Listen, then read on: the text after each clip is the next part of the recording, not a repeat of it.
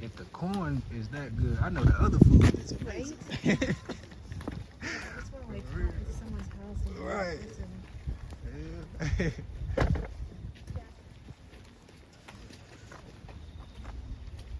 Now, ladies and gentlemen, just repeating after me, whare. Pare. Whare is house. Whare whakairo, Oh, whare. carved house. Whare nui, baked house. Whare tupuna, ancestral rooted house. Because all carved houses are named after chiefs. This look like one of y'all. The name of the house, the name of the Hey, welcome y'all. This is Say Zone Entertainment. I'm here in New Zealand. I'm here at this. Hello, I'm gonna turn this around real quick. Turn this around. This is where we are right now. I can't even pronounce that. Can't. Oh, no, that's backwards here too. Let's see. Are you okay? Oh yeah. Oh, me? Oh yeah, I'm fine. Yeah. I'm just shooting content. I'm sorry. yeah. Wahiao. We liken the house to the body of an ancestor, coming down the front of the house, outstretched arms. At the end of each arm, fingers, apex, head. The carved panels coming down the front of the house on either side, legs, window, eye, door, mouth. If you look to the ceiling, the carved figure is running across the ceiling, backbone of the ancestor. Coming down the rafters, the black and white panels, ribs, and inside all carved houses, a central pillar, tautoko manawa heart. That's why we liken the houses to the body of an ancestor. They're the heart of our culture, beliefs, genealogy. The carved panels on the outside of the house depicting genealogy. The figurine at the top, father. The figure below, son. If there was a third figure, grandson. That's our genealogy untold through the panels. We do have carvings of the woman. They're inside the house, along with the chiefs. The males are on the outside for protection. And the difference between a male and female carving, women do not protrude their tongue. Now, features starting with the head. To our people, most sacred part of the body. We never had a written language, but the carvings, the houses were our writing, even the markings on the faces, we called moko. So the men, they had the full face markings. The women, moko kauai, the lips and chin, represented status, genealogy, accomplishments. Now when it came to genealogy, one side of the face, your father's history. Other side, your mother's. Accomplishments from the eyelids down. Knowledge from the eyelids up, as well as singing, dancing, our language. Now traditionally, the moko was cut into the face, not like today with the tattoo gun drawn on the face. Now next feature, facial expression. Enlarged eyes, protruding tongue. Act of defiance. Before our men did battle, performing the haka, stamping their feet on the ground, slapping their legs, chest, arms, stimulating the body, as well as the facial expressions. So every muscle, including eyes and tongue, were used. Hopefully, when confronting the enemy, they take fright, turn, run, no battle will take place. So the haka, to prepare the warrior mentally, physically, spiritually for battle. Now repeat after me, haka. Haka. Ha, to breathe, ka, fire, breath of fire. Those are the words that get spit out each time the haka is performed. And you're going to see a lot of that at the World Series.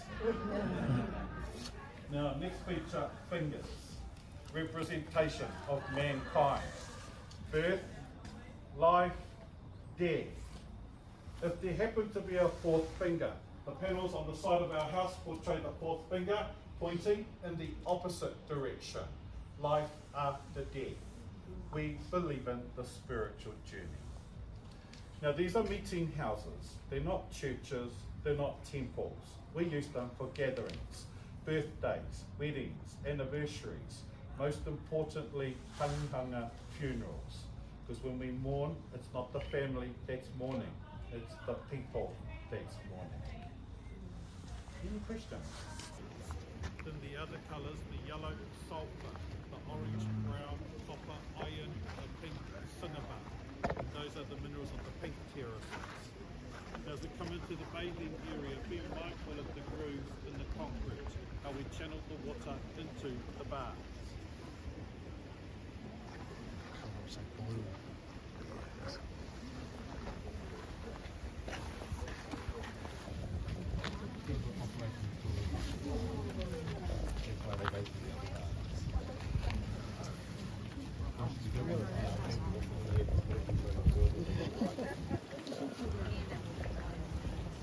So when you get to feel the water flow, when your hand dries, it will leave a silky feeling on the skin. Now, we do bathe all together. Men, women, children. And like you, when you're at home bathing, we too bathe with no clothes on. That's how we can tell strangers are sitting in our baths. We do use soap, shampoo, conditioners. After the bath, do not smell of sulfur. They have therapeutic qualities. Villagers with sore muscles, aching joints, now that winter is on our doorstep, feeling cold. By the time they hop out of the bath, a lot warmer and soothing. They're cleaned every day. After the morning bathers, cloths are removed from the corners, baths are empty, clean. Replacing the plugs throughout the day, slowly refilling the bath. This is how we regulate the flows. Once the bath is full, block up the channel, open up the next channel, start filling the next bath.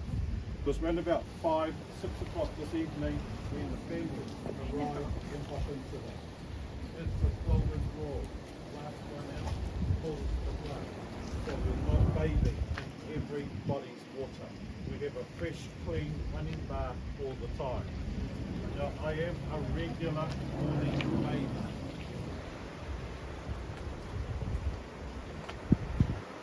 Because our people did not have the funding to establish the schools, that's where the government assisted. Then over the years, as tourism increased, so did the takings, and they refused to share the takings with the people. They actually wanted the people to move out of the village so they could have control of the whole valley. But the people went, no, this is our home. We are going nowhere.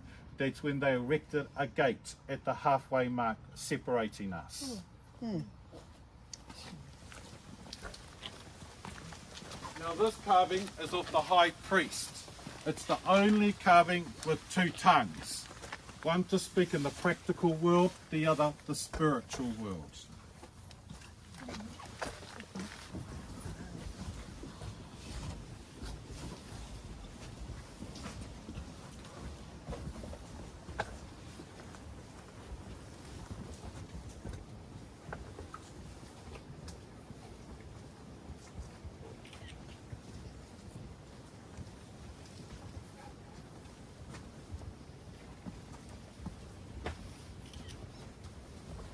First argument, the gate should have been on their bridge. For them to access the geysers, they need to come across the bridge, but they wouldn't listen. When our trustees said, come to the table, speak to us, they refused. So our trustees took Te Puia to the High Court. We wanted to be acknowledged, we are the land owners. When the High Court said yes, suddenly a government representative turned up on our doorstep, wanting to speak to the trustees. We've already had our arbitration hearing. We're now waiting for the outcome. We don't want to stop the operations of Te Puia. We just want to be acknowledged we are the land owners. Now, below the geysers, our own private swimming pool, we call blueies. It's the water that comes from the geysers, leaving that silky feeling on the skin like the baths. But it's cooler than the baths, warmer than the river. We swim in it during summer. So my cousins and I would run across the top of the terrace there and leap. We were invited to the World Geothermal Congress that was held in Iceland. We're the only indigenous people in the world who lives on top of a geothermal reserve. What also makes us unique, we're only a 5 minutes drive to a city centre. To go anywhere else in the world to see features like this, you have to travel about a good 2 to 3 hours before you actually get to see the feature. So we were there to do a presentation, not just on geothermal, but about culture and how our people from the village stopped the city for drawing off thermal for heating their homes.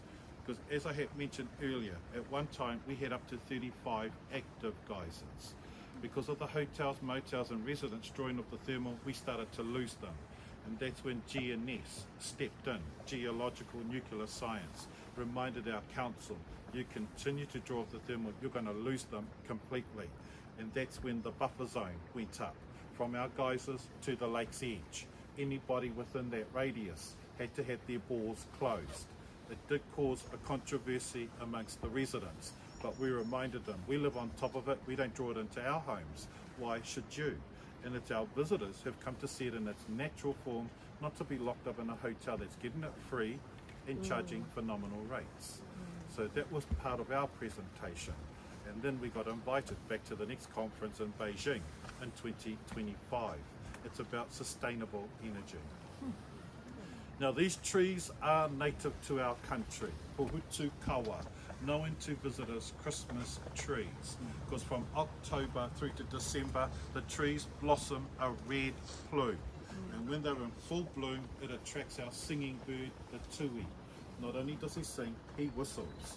The female bird does not sing, he has to sing to attract her, so he's got to learn many tunes. If he consistently sings the same tune, she will fly past him.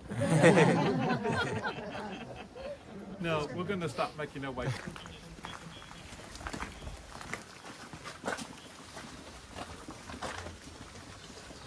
Now all these little carved statues are guardians, warning off evil spirits. Ones with weapons in their hands, protectors. Ones without the weapons, guardians. Now this carved pole is in memory of Maggie Papakura. The pole has been erected in such a way, if we drew a straight line from here, it'll lead us to the Northern Hemisphere in Oxford, Oddington Churchyard, where she's resting in the UK. And then we have the resting place of Dairangi, next to her husband William, who is the son to Maggie Papakura. His own show. He gets his own YouTube channel. Yeah, for sure. Imagine that. Right. You should. He probably don't even, he probably never even thought about it. No. Oh, sorry. You go ahead. You can go ahead. No, I'm a little taller than you, so you can go ahead.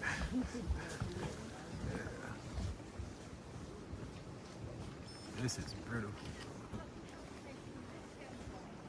Our famous geyser Pohutu would erupt, but after the royal visit in 1901, they likened the split in the water and steam to the plume of feathers he wears on his coat of arms.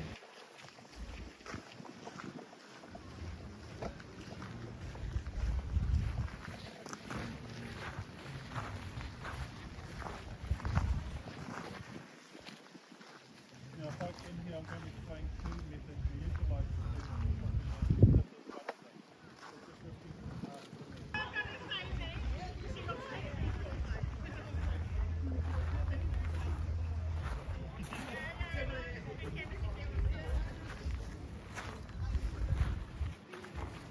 is one thing. This is so good. I'm just gonna stand here a minute. You're going to have the opportunity to taste the corn that's been cooking in the bowl. Oh, yeah.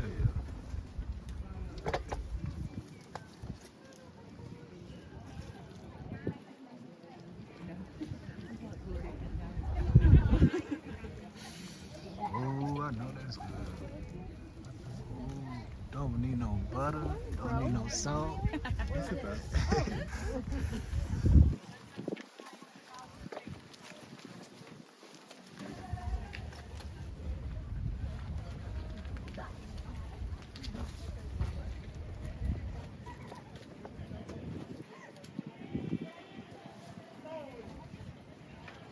So when you grab your corn just like that, folks, I was inclined to roll off out of here and onto the ground. Now there's salt and napkins over here.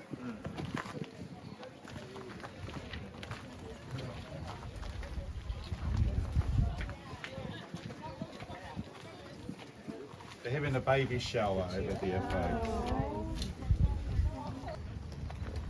Y'all want to see this delicious corn? Look at that, look at that.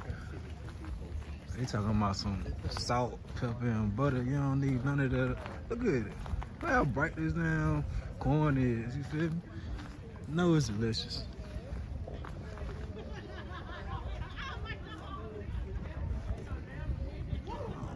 Had to get right real quick.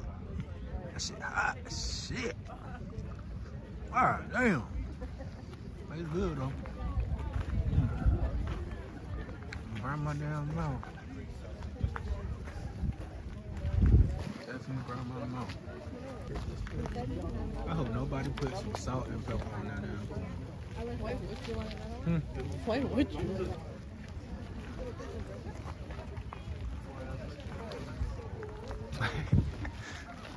Days. So you put Huh? The film. I know I saw it.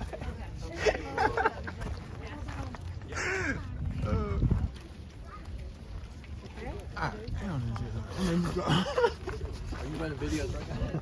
I've been looking for this. Are you running on Oh, video? One of these. Yeah, I gotta find I one. must have got another one in my foot bag if you want it. Have you been taking some videos? Yep. Yeah. How's the corn? Amazing. Mm-hmm. Yeah. How's the corn? It's excellent. Very, very good. Right. Mm-hmm. Hot. Still hot. I'm gonna cool down. Right, it's not. Hey folks, if you want another one. Mm-hmm. Right.